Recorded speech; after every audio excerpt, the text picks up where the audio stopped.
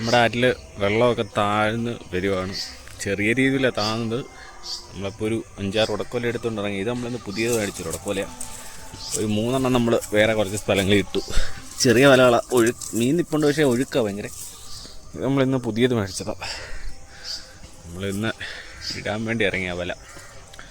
ഇവിടെയൊക്കെ ശകലം വെള്ളക്കുറവുള്ള സ്ഥലമാണ്. അപ്പോൾ ഇവിടെ നിട്ട് നോക്കാം.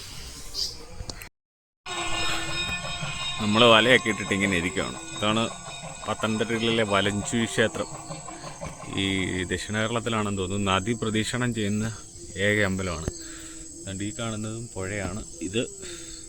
ഇതുവഴി ഇതിൻ്റെ ഈ പുറയില്ലേ, ഇതിലെ ഇങ്ങനെ പോയി ഇത് അമ്പലത്തിൻ്റെ പുറകിൽ കൂടെ കണ്ട് ആ ബ്രിഡ്ജിൻ്റെ അടിയിൽ കൂടെ അങ്ങനെ പോവുക.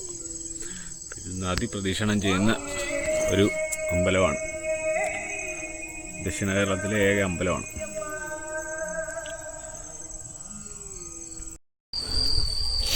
നമ്മൾ വന്ന് ആദ്യം ഇട്ട് 1-2 വല എടുത്തു. നമ്മുടെ ഈ കരിങ്കട വലയായിരുന്നു. അതിനകത്ത് അത്യാവശ്യം ചെറിയ കൂലിലൊക്കെ കിട്ടി. വലിയ രീതിയിലൊന്നുമില്ല, ചെറുതാണ്. പക്ഷേ ഇതിൻ്റെ സെൻറ്റർ വശം ഏതോ വലിയ മീൻ അടിച്ച് തകർത്ത് കളഞ്ഞു.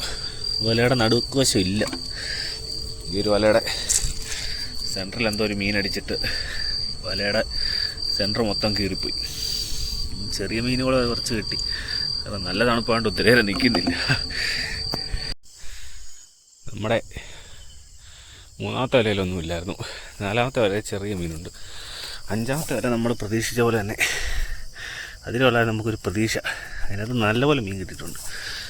ഒരുവിധം 10-20 എണ്ണത്തിനടുത്ത് ഉണ്ട്.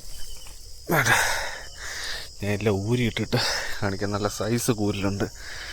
മഞ്ഞക്കൂരി 2 എണ്ണമുണ്ട്. കൂരിലൊക്കെ കണ്ടവാനുണ്ട്. മഞ്ഞക്കൂരി 3 എണ്ണമുണ്ട്. 3-4 മഞ്ഞക്കൂരി കൂരിൽ നല്ലപോലെ ഉണ്ട്. ഞാൻ എന്തായാലും ഊരിയിട്ട് വീഡിയോ എടുക്കുക. ഇത് നമ്മുടെ പുത്തമ്പല നമുക്ക് അത്യാവശ്യം നല്ലപോലെ മീൻ കിട്ടി.